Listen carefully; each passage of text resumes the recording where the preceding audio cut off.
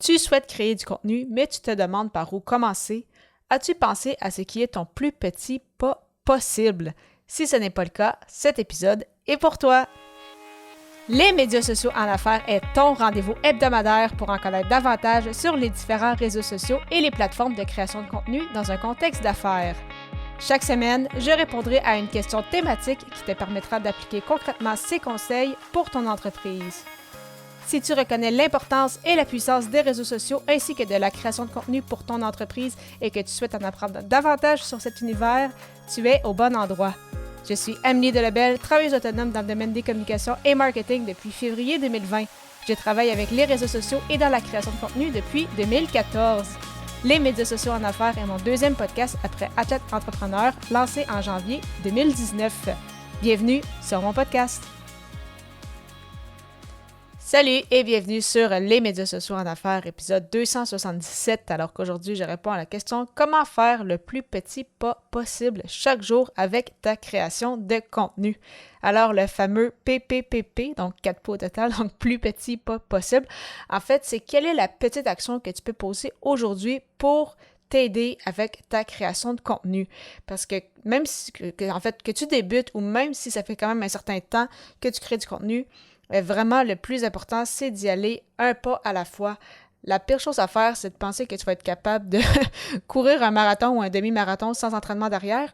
Et c'est un peu la même chose avec la création de contenu, dans le sens que si tu n'es pas habitué déjà de rédiger des publications sur les réseaux sociaux, de rédiger des articles de blog, des infolettes, de faire de la vidéo, ou des épisodes de podcast, pensez justement que ça va être facile et que tu vas être capable de garder ta constance si tu commences à publier 4 fois par semaine sur les réseaux sociaux, faire une vidéo YouTube par semaine et en plus faire un podcast.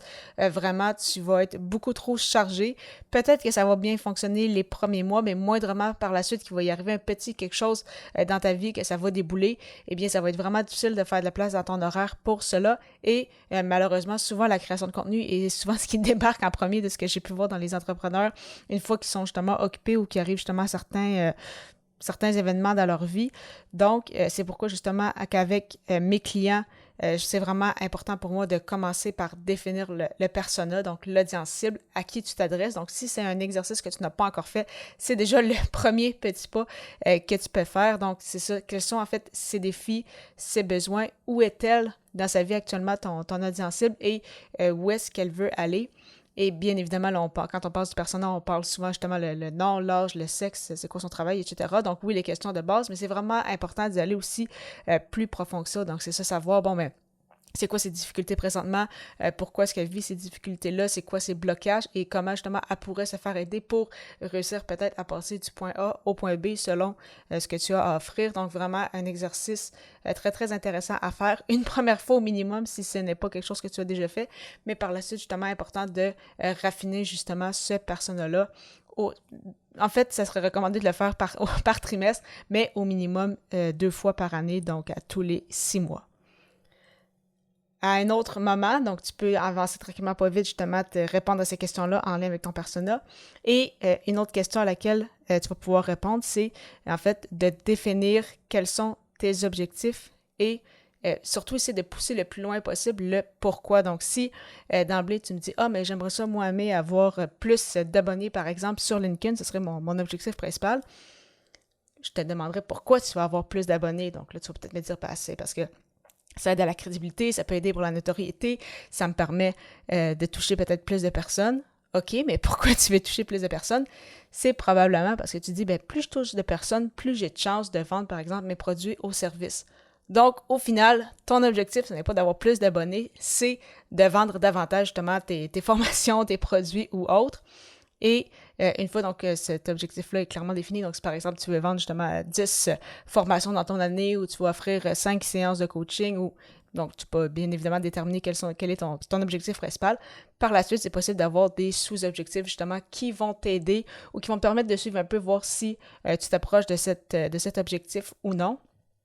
Et ça m'amène justement en lien avec les objectifs, donc justement savoir quelle métrique tu vas vouloir suivre pour savoir si justement tu es bien aligné, parce qu'on sait que sur les réseaux sociaux, tu as accès à énormément de statistiques, mais ce ne sont pas nécessairement toutes les statistiques qui sont intéressantes. Donc, bien évidemment, la plus importante au final pour beaucoup de gens, ça va être bien sûr plus au niveau du taux de conversion ou justement le nombre de revenus en fait engendrés grâce à ta création de contenu. Et puis parfois, justement, en lien avec tout ça, peut-être avoir justement une plus grosse audience, peut-être qu'essayer de toucher plus de personnes va t'aider en lien avec cet objectif-là. Donc, encore une fois, ça va dépendre des cas, ça va dépendre c'est quoi ton but, c'est vers quoi en fait que tu veux t'enligner. Et il faut vraiment prendre le temps de faire ça. Donc ça aussi, c'est un autre exercice, encore une fois, que tu n'as pas encore fait. Vraiment prendre le temps de le faire au cours des prochaines journées. Et par la suite, une fois justement que tu as défini tout ça, eh bien à ce moment-là, c'est beaucoup plus facile d'élaborer justement un calendrier de contenu, faire une publication à la fois pour justement t'aider à atteindre ces objectifs-là en t'adressant de la bonne façon à ton audience cible que tu vas avoir définie. Donc vraiment, un petit pas à la fois, tranquillement, pas vite. Voir ça, c'est ça vraiment en petite bouchée. Peu importe le projet. Donc là, on a parlé un peu plus de réseaux sociaux, mais si tu lances un podcast, c'est un peu le même principe. Donc, essayer d'y aller vraiment étape par étape pour lancer ton podcast. Et une fois que ton podcast est lancé, eh bien, il va y avoir d'autres tâches parce qu'une fois que ton podcast est fait, par la suite, si justement tu veux faire un podcast chaque semaine, eh bien, chaque semaine, en amont, il faut avoir trouvé, ça va être quoi le sujet, prendre le temps d'enregistrer, faire le montage, préparer toute la promotion derrière, les notes d'épisode, etc. Donc, il y a quand même, c'est ça, beaucoup de travail. Donc, c'est pourquoi vraiment c'est important d'avoir une structure et d'y aller, c'est ça, un petit pas à la fois. Peut-être que si tu lances un podcast, tu vas peut-être commencer par un épisode ou 2 semaines, comme ce que j'avais fait avec Athlète Entrepreneur en 2019, avant d'augmenter la cadence. Donc, vraiment, peu importe le projet, un petit pas à la fois. Et justement, quel est le plus petit pas possible que tu peux faire dès aujourd'hui? Il n'y a que toi qui peux répondre à cette question, mais je t'invite justement à te poser cette question-là chaque jour pour avancer avec ta création de contenu. Parlant de création de contenu, il est important d'avoir les bons outils pour mettre son message de l'avant et c'est pourquoi je te propose une liste de mes 24 ressources pour t'aider avec ta création de contenu. Pour la télécharger gratuitement, simplement te rendre au ameliedelbel.com/ressources avec un S. Et j'ai hâte de te retrouver à l'épisode 278 alors que le sujet sera « À quel moment peux-tu arrêter de créer du contenu? » À bientôt!